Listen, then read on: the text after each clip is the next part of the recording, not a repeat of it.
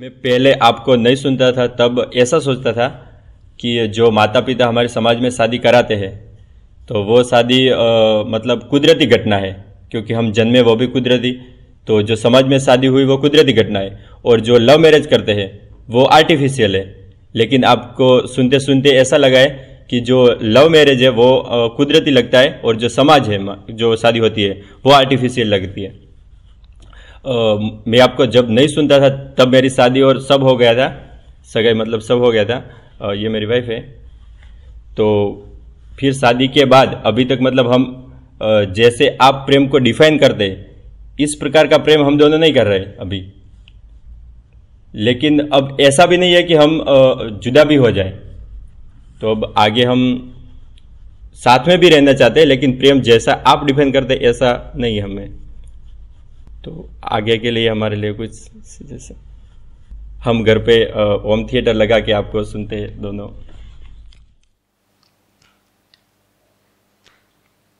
इनको आगे करके तो सवाल पूछ रहे हो।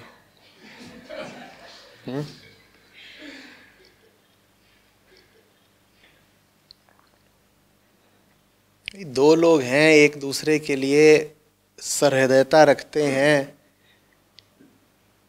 जाहिर है कि ये अच्छी बात है। लेकिन जब किसी का भला चाहते हो तो ये जिम्मेदारी आ जाती है ना, कि पता भी हो कि भलाई किस चिड़िया का नाम है। नहीं तो चाहने भर से थोड़े ही होगा। बाहर गाड़ी खड़ी है मेरी, कुछ आवाज कर रही है, पता नहीं मैं वापस शहर तक ठीक ठाक पहुंचूंगा या नहीं। आप में से कितने लोग चाहते हैं कि मैं ठीक ठाक पहुंच जाऊं वापस? सब चाहते हैं। चाहने से क्या होगा?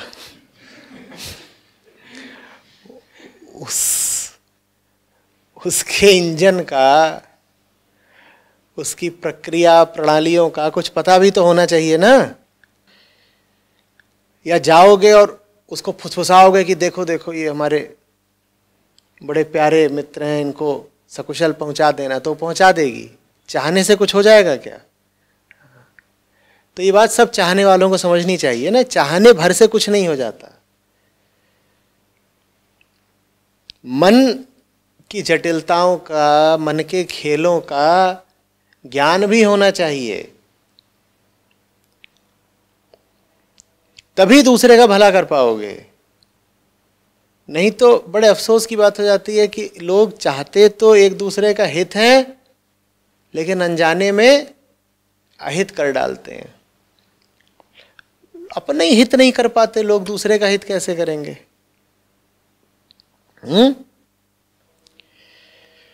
शुरुआत करी थी सवाल की ये कह के कि कुदरती क्या है, लव मैरिज, अरेंज मैरिज, ये सब। देखो, ये जो आयोजित विवाह होता है ये आम तौर पर घर वालों की माया से निकलता है, और जिसको प्रेम विवाह कहते हो वो पुरुष और स्त्री की आपसी माया से निकलता है। अब तुम्हें कौन सी माया चाहिए, तुम चुन लो। एक विवाह वो होगा जिसमें घर वाले और बाकी सब रिश्तेदार मिल करके अपने हिसाब से तय करते हैं कि तुम्हें किसके साथ होना चाहिए। वहाँ उनका गणित चलता है। और एक दूसरा विवाह होता है जिसमें पुरुष स्त्री आपस में ही तय कर लेते हैं, वहाँ उनका गणित चलता है। गणित लगाना आता किसी को नहीं है। तो अब तुम्हें किस तरीके से परीक्षा में फेल होना है गणित की, ये तुम चुन लो।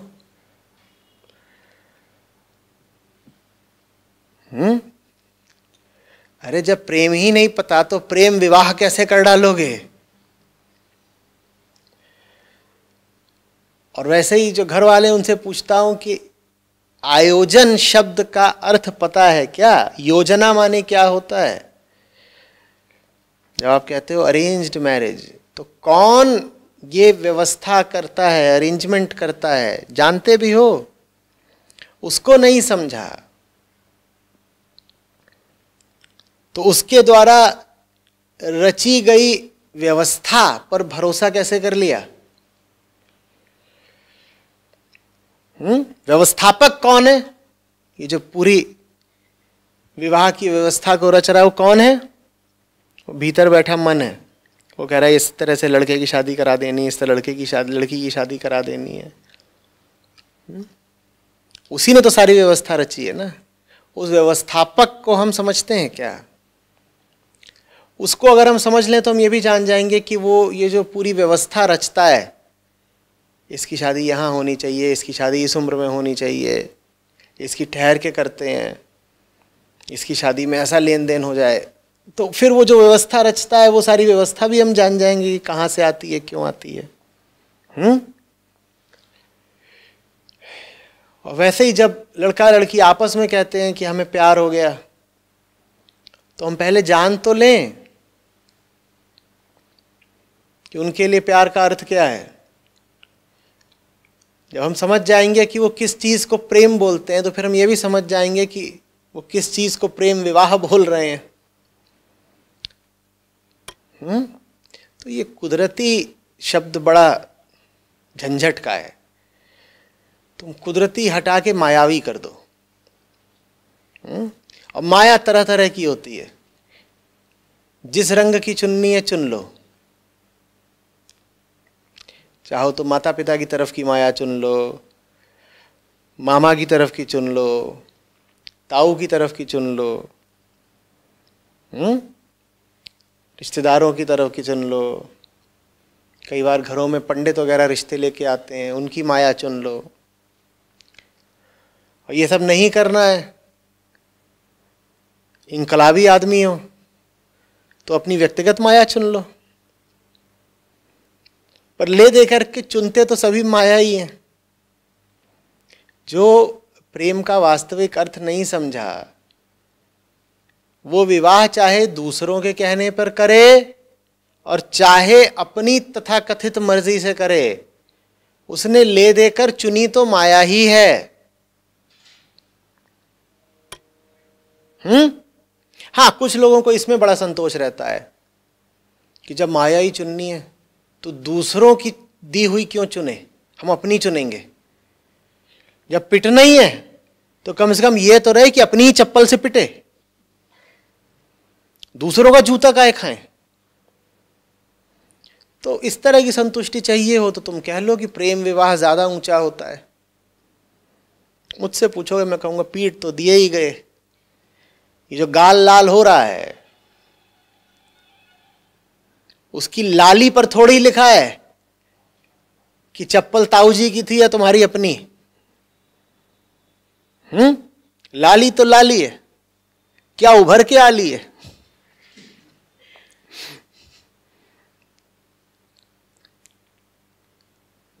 आ रही बात समझ में कुछ?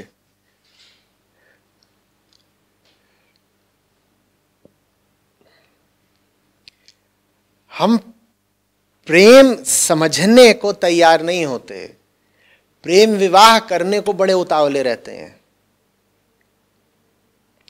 मुझे बड़ा ताज्जुब होता है, एक से एक नमूने जिंदगी में जिन्हें कुछ नहीं समझ में आता, कुछ नहीं जानते, 14 साल के होंगे, 16 साल के होंगे, तभी से एक लफ्ज वो जान जाते हैं, क्या? प्यार। और ऐसे कभी सामने पड़े, मैं कहूं कि तुझे गणित नहीं आती, तुझे भूगोल नहीं आता, तुझे यहां से लेके वहां तक सीधे चलना नहीं आता, तुझे किसी आदमी से दो बात करना नहीं आता, तुझे अपना गुस्सा संभालना नहीं आता, तुझे कहीं पर समय से पहुंचना नहीं आता।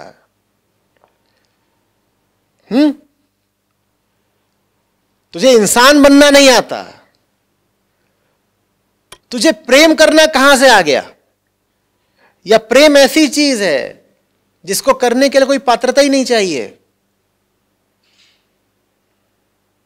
तो कहेंगे आचार्य प्रशांत तुम नहीं समझोगे, ये दिल की बात है, दिल की। तुम जैसे पत्थर दिल आदमी को नहीं समझ में आएगी। अरे किताबों से बाहर निकलो, बागीचों में उतरो, तितलियों के साथ खेलो, फिर तुम्हें पता चलेगा इश्क किसको कहते हैं। तुम्हारे जैसे पाषाण हृदय लोगों के लिए इश्क नहीं होता। हमसे पूछो ना, हम जानते हैं। कहते तुम कैसे जानते हो? बोले वो जब जुल्फें उड़ती हैं तो इश्क है। अच्छा, और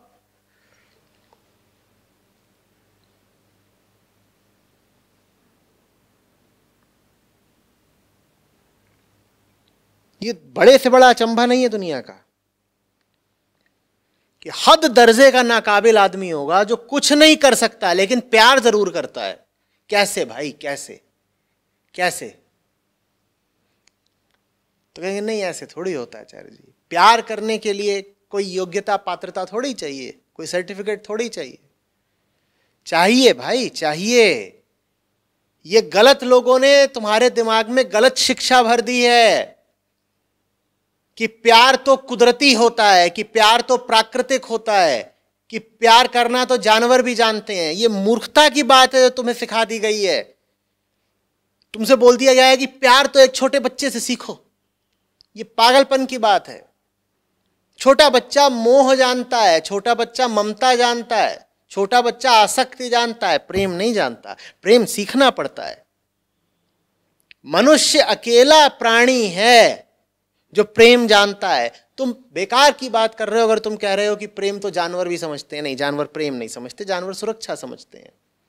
तुम कहोगे नहीं, मेरे घर में मेरा टॉमी है, मुझसे बड़ा प्यार करता है। तुम उसे रोटी डालते हो इसलिए प्यार करता है। कुत्ता है इसलिए प्यार करता है। कुत्ते पहले भेड़िए हुआ करते थे, इंसान के साथ रहने लगे, उनके जीन्स ही ऐसे हो गए हैं कि अब उन्हें इंसान के साथ ही रहना है। वो तुम्हें देखेगा तो दुम हिलाएगा, क्योंकि प्रकृति ने उसे समझा दिया है कि उसकी जिंदगी ही इस बात पर निर्भर करती है कि मनुष्य उसे रोटी डालेगा या नहीं डालेगा। भेड़िया तुम्हें देख के तुम हिलाता है क्या?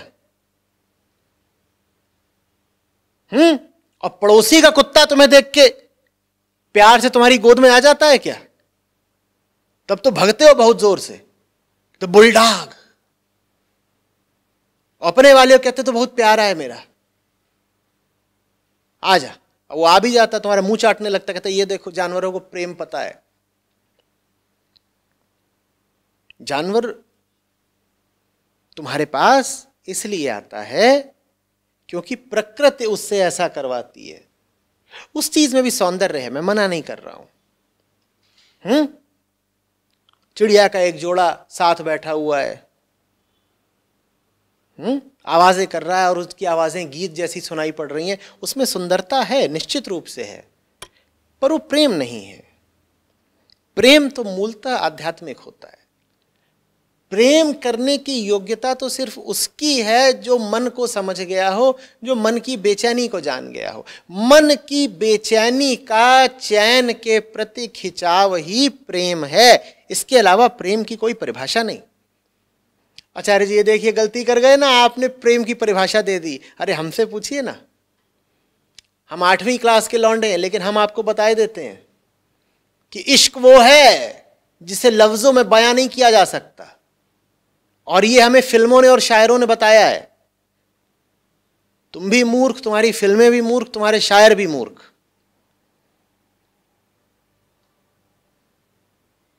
बेचैन हो ना, चैन मांग रहे हो ना मन पर, यही जो लगातार आकर्षण छाया हुआ है कि कहीं पहुंचकर शांति मिल जाए, इसको ही प्रेम कहते हैं।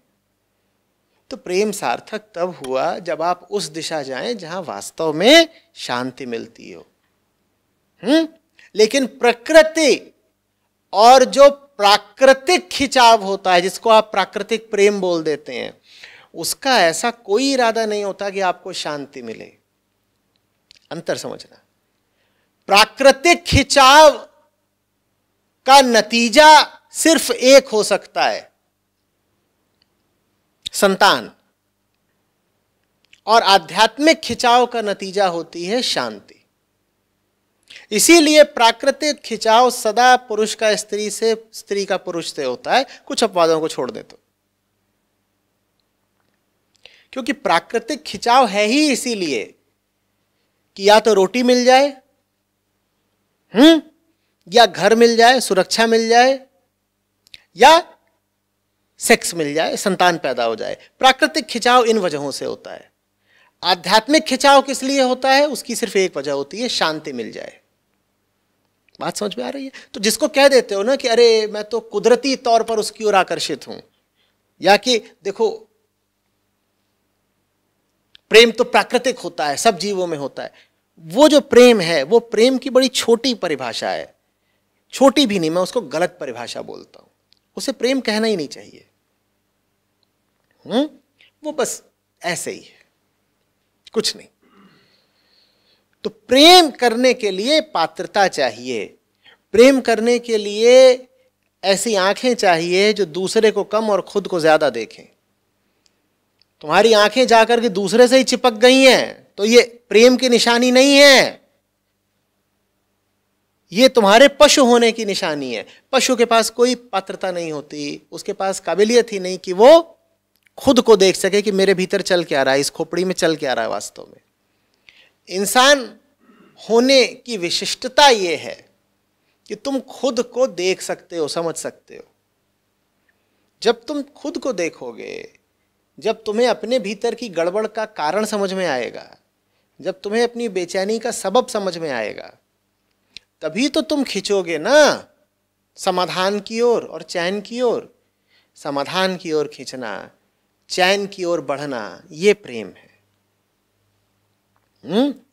जा मार्ग साहब मिले, प्रेम कहावे सोए। कितनी सीधी परिभाषा दे दी संतों ने। प्रेम प्रेम सब कहें, प्रेम न जाने कोय, और जा मार्ग साहब मिले, प्रेम कहावे सोए। पता करना हो कि तुम्हें जो अनुभव हो रहा है अभी, वो प्रेम का ही है या किसी और चीज का, तो ऐसे जांच लेना कि जिस रास्ते पर तुम्हें ये तुम्हारा प्रेम खींच रहा है, उस रास्ते पर तुम्हें साहब मिलेंगे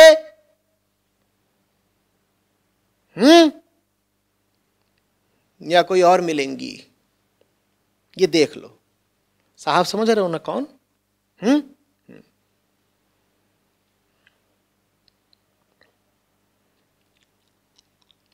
मुक्ति की स्थिति को साहब कह दिया, यहां शांति को साहब कह दिया।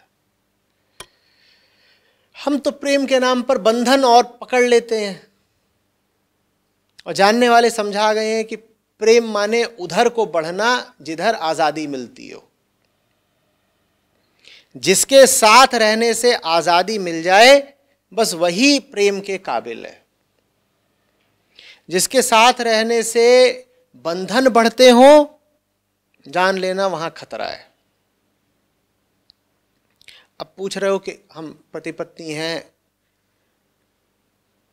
टीवी पर इकट्ठे बैठ करके आपकी बात सुनते हैं, तो फिर एक दूसरे को वही दो जो प्रेम का धर्म है। प्रेम का धर्म है खुद आजाद रहना और दूसरे को आजादी देना, खुद शांत रहना और दूसरे को शांति देना। तुम अगर कहो कि किसी से तुम्हें प्रेम है और तुम उसकी जिंदगी में दिन रात चकल्लस भर दो, तो तुम प्रेमी नहीं हो, दुश्मन हो। लेकिन ज्यादातर यही होता है प्रेम के नाम पर। आप अगर अपने चित्त को परखेंगे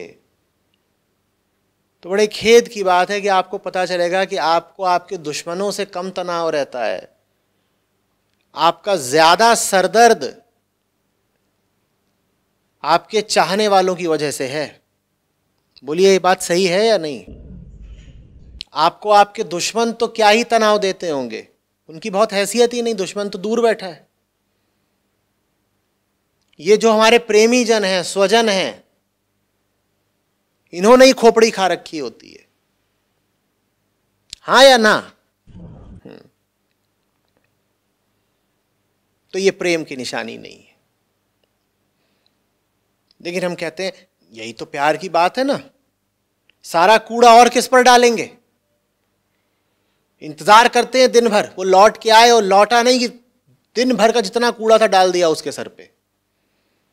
इसी तरह से साहब जी बाहर थे, तो बाहर तो हिम्मत है नहीं कि अपना सारा कूड़ा कचरा जहर किसी पे उलट दें। तो घर आते हैं, वहां पत्नी मिल गई, बच्चे मिल गए, उन पर उलट दिया। प्रेम के नाम पर ये सब चलता है। देखते नहीं हो, कोई अजनबी हो उससे तो ढंग से बात कर लेते हो। अजनबियों से कितना मुस्कुरा के बात करोगे? करोगे कि नहीं करोगे? और सब गाली गलौज फूहड़पना किसके लिए आरक्षित रहता है? जिनको अपना कहते हो। अनजान लोगों के सामने तो हमारी छवि आमतौर पर अच्छी ही रहती है ना। हमारी असलियत क्या है हमारे अपने जानते हैं। सारी नंगाई हमारी वहां दिखाई देती है। और इसी को तो हम प्यार कहते हैं कि भाई दूसरों के साथ तो औपचारिकता है ना, फॉर्मेलिटी, तो उनके साथ हम अपना असली रूप थोड़ी दिखा सकते हैं। असली रूप तो तुम्हारे सामने ही दिखाएंगे ना। हाँ, असली रूप दिखा दो, लेकिन तुम्हारा असली रूप इतना भयानक क्यों है? असली रूप जरूर दिखाओ हमें श्रीमान जी, पर यह तो बताओ कि असली रूप इतना भयावह क्यों है? तुम असलियत में ऐसे हो क्या? लेकिन इसको हम प्रेम कहते हैं। सब कचरा जिसके ऊपर डाल सको उसको तुम कह देते हो ये मेरा प्रेमी है ना? ये जो इतनी बातें होती हैं घंटों घंटों, इन बातों में क्या एक दूसरे को अमृत पिला रहे होते हो? सब प्रेमियों की निशानी है, 2-2 4-4 घंटे लगे हुए हैं फोन पर, और फोन पर नहीं तो आमने सामने बैठ के एक दूसरे का भेजा चबा रहे हैं। और मजाल है कि उधर से कचरा फेंका जा रहा हो, इधर से तुम फोन काट दो, बेवफा कहलाओगे। और कितना मजा आता है। पता होता है कि हम यहां से बेवकूफी की बातें पेले जा रहे हैं, और सामने एक मजबूर इंसान उसको झेले जा रहा है।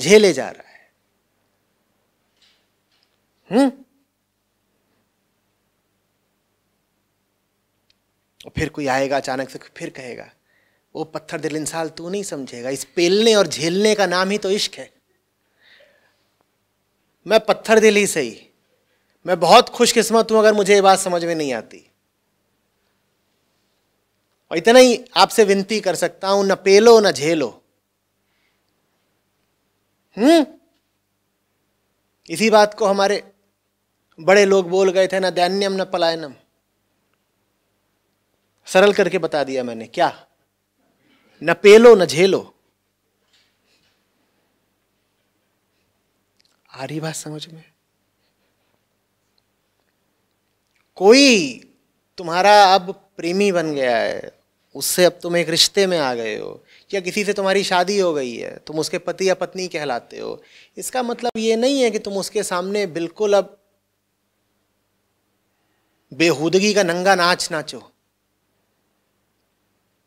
सबको झटका लगता है, चाहे आयोजित विवाह हो और चाहे प्रेम विवाह हो।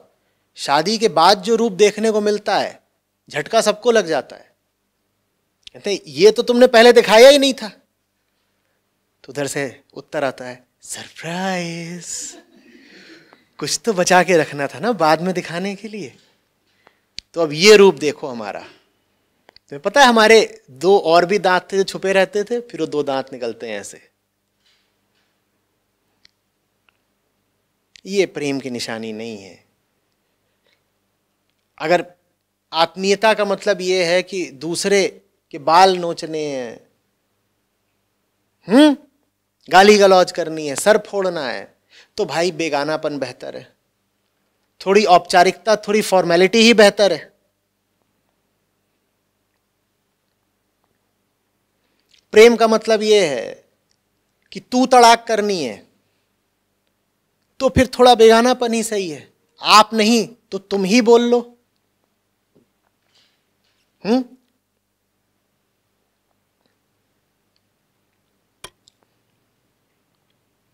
कोई कह रहा था, जाने मैंने कहीं देखा कि लड़का लड़की जान जाते हैं कि अब वो प्रेमी प्रेमिका नहीं रहे, पति पत्नी हो गए हैं, जब वो एक दूसरे से बदतमीजी करने लगते हैं।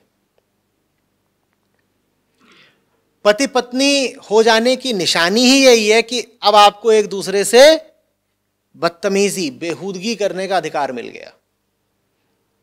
जब तक प्रेमी प्रेमिका हो तब तक फिर भी थोड़ा लिहाज रहता है, और लिहाज इस नाते रहता है कि बेहूदगी करी तो कहीं अगला छोड़ के ना चला जाए हमें। पर जब बिल्कुल पक्का हो जाता है कि अब ये कहीं छोड़ के भागने नहीं वाला, मुर्गा बिल्कुल फंस ही गया है पिंजड़े में, तो बदतमीजियां शुरू होती हैं। और कहा जाता है उसी से तो करेंगे ना जो हमारा अपना है।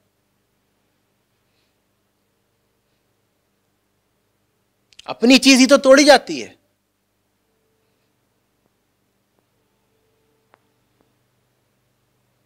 ये मत करना। दो तरह के प्रेम होते हैं। एक वो जिसमें प्रेम का मतलब होता है कि अब तुम दूसरे को अपना सबसे निकृष्टतम और घृणास्पद रूप दिखा सकते हो। यह आमतौर का प्रेम है। जिसमें प्रेम का मतलब होता है कि अब तुम दूसरे के सामने अपना सबसे कुत्सित, सबसे नंगा, सबसे विकृत रूप दिखा सकते हो, खुल करके, बिना किसी झिझक के। ये साधारण प्रेम है। और एक दूसरा प्रेम होता है जिसमें तुम अपने ऊपर ये जिम्मेदारी रखते हो, इस बात को अपना धर्म मानते हो कि अगर प्यार करता हूं तो दूसरे को अपना सबसे ऊंचा रूप ही दिखाऊंगा। इन दो तरीकों के प्रेमों में से कौन सा करना है ये चुन लीजिए। बड़ी जिम्मेदारी है प्यार। जिससे प्यार करो उसे ऊंचाई की तरफ ले जाओ। जिससे प्यार करो उसको वो तक देने की कोशिश करो जो देने की तुम में साधारणतया काबिलियत नहीं है।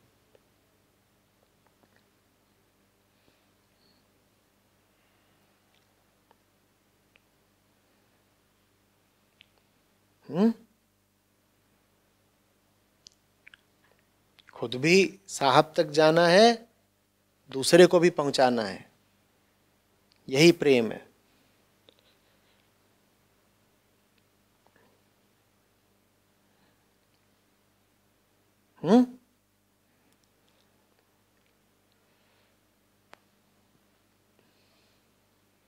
हक भर नहीं जमाना है, घमासान ही नहीं मचाना है, साहब तक पहुंचाना है।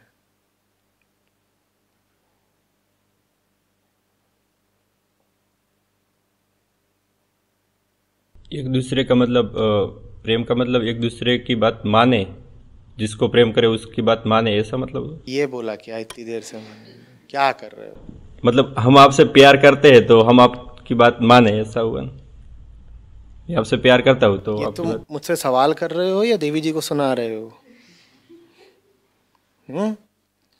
कहीं वो बार बार तुमसे आग्रह करती हो कि देखो मुझसे प्यार करते हो तो मेरी बात मानो ना, मानो ना, तो सामने बैठी उनके कंधे पे रख के चला दिया तुमने।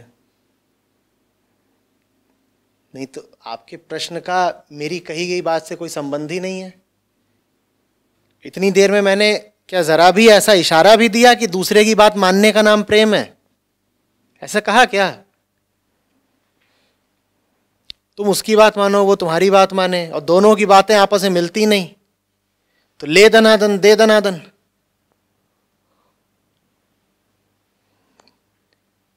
तुम अपनी बात आज तक मान पाए खुद? सुबह 5 बजे उठना हो, ये तुम्हारी अपनी ही बात हो, उठना है, सुबह 5 बजे उठना है, दौड़ लगानी, कसरत करनी, अपनी बात मान पाते हो? करीब साल भर हो गया जब पहले शिविर में आए थे, तब से अब तक जो मैंने बातें कही वो मान ली? कोशिश की। यहाँ तो कोशिश शब्द बीच में आ गया। सुधार बहुत आया, मतलब बदलाव आया है बहुत। सवाल ऐसे पूछ रहे हो, करो सुधार आया है।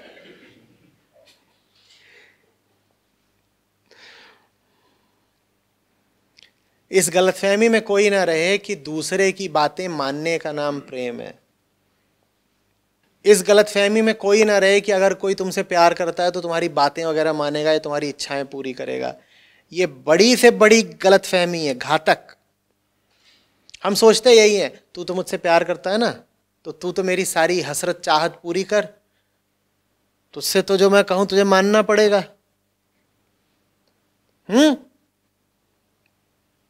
तुम दिन को अगर रात कहो तो हम रात कहेंगे।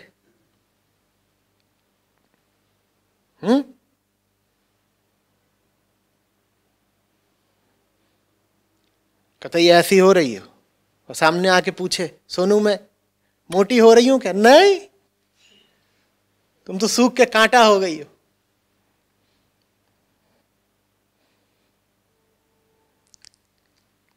दूसरे की बात नहीं माननी है, दूसरे तक सच की बात पहुंचानी है। अब उसमें दिल दुखता हो तो दुखे, घाटा होता हो तो हो। दमदार आदमी चाहिए सच बोलने के लिए, और बड़ा प्रेमपूर्ण आदमी चाहिए सच बोलने के लिए।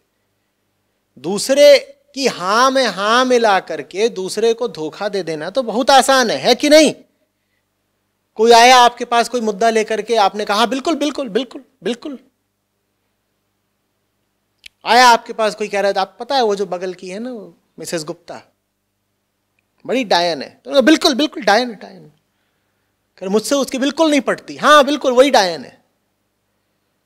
ये तुम भला कर रहे हो, ये तुम भला कर रहे हो अपने चाहने वाले का, लेकिन इसमें आसानी बहुत है। तुम अपना काम करते जाओ और उधर से जो आवाज आ रही है तुम उससे हाँ में हाँ मिलाते जाओ, कोई दुविधा नहीं, कोई तकलीफ नहीं होगी।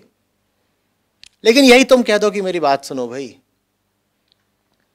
ये जो लड़ाई होती है ना तुम्हारी और गुप्ता जी की, उसमें मुझे लगता है दोष दोनों तरफ से है।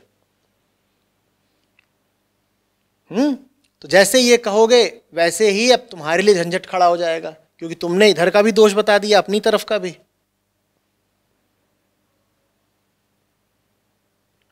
प्रेम होता है ना, तब आदमी ये झंझट बर्दाश्त करने को तैयार होता है। तब आदमी कहता है कि झंझट खड़ा हो तो हो, बोलूंगा तो मैं सच ही।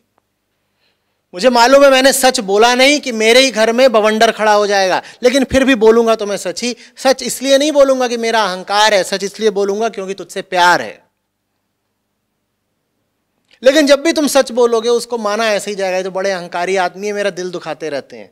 मैंने तो थोड़ी सी बात कही थी कि मेरी और गुप्ता की लड़ाई में गलती हमेशा गुप्ता की होती है। ये मेरी इतनी सी बात में भी राजी नहीं हो पाए, तुरंत मेरा ही दोष निकाल दिया। बोले कि नहीं देखो, जब तुम्हारी और मिसेस गुप्ता की लड़ाई होती है तो दोष दोनों तरफ से होता है। ये बहुत अहंकारी आदमी है, इसको तो बहुत मजा आता है मेरी खोट निकालने में। ये बात अहंकार की नहीं, प्यार की है। तुमसे जरा कम प्यार करते तो तुम्हारी खोट नहीं निकालते। तुमसे अगर हम जरा भी कम प्यार करते तो तुम्हारे दोष तुमको नहीं बताते, बात बात में तुम्हारे दोष बताते हैं। तुम्हारे दोष बता बताकर तुम्हारी ही नजरों में खुद बुरे बन जाते हैं। क्योंकि प्यार करते हैं तुमसे। आ रही बात समझ में?